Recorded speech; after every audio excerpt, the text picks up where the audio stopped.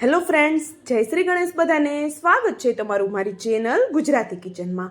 સાંજના જો કંઈક ચટપટું ખાવાની ઈચ્છા થઈ જાય તો આવું કંઈક ઇન્સ્ટન્ટ બનાવી જોવો, જેની સાથે ચટણી કે ભાજીની પણ બિલકુલ જરૂર નહીં પડે. ગેરંટીથી કહું છું, આને ખાધા પછી આની સુગંધથી જ ઘરના બધા આના વખાણ કરશે. સવારની ભાગદોડમાં બનાવો, બાળકોના લંચ બોક્સમાં બનાવો કે પછી સાંજની નાની મોટી ભૂખમાં એકદમ બેસ્ટ રહેશે. નથી કાંઈ બાફવાનું, પલાળવાનું કે પીસવાનું, એકદમ ઝટપટ બનીને તૈયાર થઈ જાય છે. તો એના માટે આપણે અહીંયા એક મીડિયમ સાઇઝનું બટેટું લીધું હતું. એને આપણે આવી રીતે મોટા મોટા ટુકડા કરી અને રેડી કરી લીધું. એ જ રીતે એક મીડિયમ સાઇઝનું ગાજરનો ટુકડો હતો, એને પણ મોટા મોટા ટુકડા કરી અને રેડી કરી લેવાનો છે. અને એ જ રીતે એક મીડિયમ સાઇઝની ડુંગળી છે, એના પણ એ જ રીતે સેમ મોટા મોટા ટુકડા કરવાના છે. હવે આ બધી વસ્તુના મોટા મોટા ટુકડા કરેલા છે. એમાંથી જો તમે ડુંગળી નથી ખાતા તો સ્કીપ કરી શકો છો. એની જગ્યાએ દૂધીનો ઉપયોગ કરી શકો છો, કાકડીનો ઉપયોગ કરી શકો છો, અથવા તો ઘરમાં જે પણ શાકભાજી છે એનો ઉપયોગ કરી અને તમે આ રેસીપી બનાવી શકો છો. એક તો એટલી ઝટપટ બને છે અને સાથે સ્વાદમાં એટલી જોરદાર છે કે આપને વારંવાર બનાવવાનું મન થાય છે. તો અહીંયા તીખાસ માટે 2 હું તીખા મરચાં એડ કરું છું. તીખાસ તમારે જોઈએ એ પ્રમાણે તમારે મરચાં એડ કરી લેવાના છે. સાથે 3 થી 4 જેટલી હું લસણની કળીઓ એડ કરું છું. ટોટલી ઓપ્શનલ છે લસણ એડ કરવું પણ. અને હવે આપણે એક મિક્સરનું જાર લઈ અને આ બધી વસ્તુને આપણે એમાં એડ કરી દેવાની છે. અગાઉ મેં કહ્યું કે કોઈ પીસવાનું નથી, પણ દાળ ચોખા પલાળી અને આપણે કેમ વધારે પડતું પીસવું પડે એવું કંઈ આપણે પીસી અને રેડી નથી કરવાનું. હવે આપણા જે શાકભાજી છે એની આપણે પેસ્ટ બનાવી અને રેડી કરી સાઈડમાં રાખી દીધી. ગેસની ફ્લેમ ચાલુ કરી એની ઉપર એક કડાઈ રાખી 1 ચમચી આપણે એમાં તેલ એડ કરી દીધું. તેલમાં અડધી ચમચી જેટલું આપણે જીરું એડ કરીએ. જીરું સરસ એવું થઈ જાય ત્યાં સુધી આપણે એને થવા દેવાનું છે. જીરું કાચું રહે એ પહેલાં આપણે કોઈ વસ્તુ એડ નહીં કરીએ.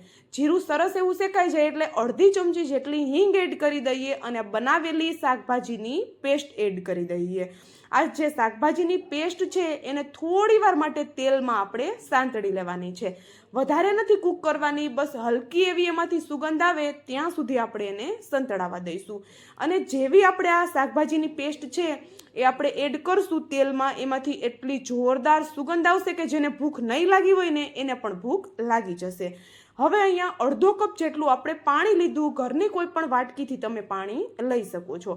હવે મિક્સર જારમાં આપણે જે શાકભાજીની પેસ્ટ બચેલી છે એમાં જ આપણે પાણી એડ કરી અને સરસ એવું બધું મિક્સ કરી અને પાણી આપણે એડ કરી દીધું આપણે જે શાકભાજીનો વઘાર કર્યો હતો એમાં.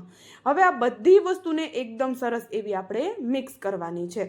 જો અહીંયા આપણે જે શાકભાજીની પેસ્ટ એડ કરી એના કોઈ ગાંઠા ન રહી જાય એ રીતનું સરસ એવું આપણે એને મિક્સ કરી લઈશું અને થોડી વાર માટે આપણે આને ઉકળવા દઈશું. મતલબ કે 1 જ મિનિટ જેવું આપણે એને ઉકળવા દઈશું. હવે આપણું આ બેટર છે એ ઉકળે છે એમાં જ આપણે સ્વાદ પ્રમાણે મીઠું, અડધી ચમચી જેટલી હળદર અને તીખાસ માટે અને થોડા કલર માટે હું અહીંયા લાલ મરચું પાવડર એડ કરું છું. પણ જો પહેલેથી લીલા મરચાંનો વધારે પડતો ઉપયોગ કર્યો હોય તો લાલ મરચું પાવડર આપણે સ્કીપ કરી શકીએ છીએ. હવે બધું સરસ એવું આપણે મિક્સ કરી દીધું અને આ ફરી પાછું આપણે આને થોડું ઉકળવા દઈએ. મતલબ કે ફરી પાછું 1 જ મિનિટ જેવું ઉકળવા દઈએ. 1 જ મિનિટ પછી આપણે એમાં લીલા ધાણા એડ કરી સરસ એવું એને મિક્સ કરી લઈએ. આ જે આપણું બેટર ઉકળે છે ને એની એટલી શાનદાર સુગંધ આવશે. હું તમને ફરી પાછું એટલા માટે કહું છું કે એક શાનદાર રેસીપી આપણી આ બને છે, એ પણ ખૂબ ઓછી મહેનત. હવે અહીંયા 1/4 કપ જેટલો આપણે રવો એડ કરવાનો છે. 1/4 કપ જેટલો જ આપણે રવો લીધેલો છે. શાકભાજીની પેસ્ટ છે અંદાજે 1 કપ જેટલી હતી, એની સામે 1/4 કપ જેટલો આપણે રવો એડ કરશું અને સાથે અડધો કપ જેટલો આપણે ઘઉંનો રોટલી માટેનો લોટ એડ કરવાનો છે. તો શાકભાજીનું જે પેસ્ટ છે એનું પ્રમાણ વધારે છે અને લોટ ઓછા છે, તો તમે સમજી શકતા હશો કે આપણો જે નાસ્તો બને છે એ કેટલો ટેસ્ટી બનીને તૈયાર થવાનો છે. અને જો અહીંયા પાણીનું પ્રમાણ અડધો કપ જ રાખવાનું છે એટલે પરફેક્ટ એવો આપણો ડો બનીને તૈયાર થઈ જશે. તો જો અહીંયા ડો છે આપણો આવી રીતે સરસ એવો આપણે એને મેશ કરતું રહેવાનું છે અને મિક્સ કરતું રહેવાનું છે, જેથી કરીને એમાં આપણે કોઈ ગાંઠો કે ગોઠલી ના પડી જાય. તો અહીંયા આ બધું સરસ એવું આપણે મિક્સ કરતાં કરતાં આ જે આપણો પેસ્ટ હતી એ હવે ડોના ફોર્મમાં આવી ગઈ છે. તમે જોઈ શકો છો પેનનું તળિયું છોડવા લાગી છે, તો આપણે ગેસની ફ્લેમ બંધ કરી દઈએ.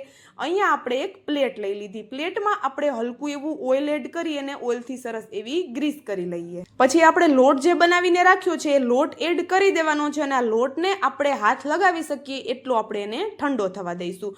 બાકીની પ્રોસેસ આપણો લોટ ઠંડો થાય પછી જ આપણે કરવાની છે. તો લોટ આપણો ઠંડો થઈ જાય પછી આપણે એમાં હલકું એવું ઉપરથી ઓઇલ લગાવી દેવાનું છે, કારણ કે આપણે એને મસળવાનો છે લોટને, તો હાથમાં ચીપકે નહીં.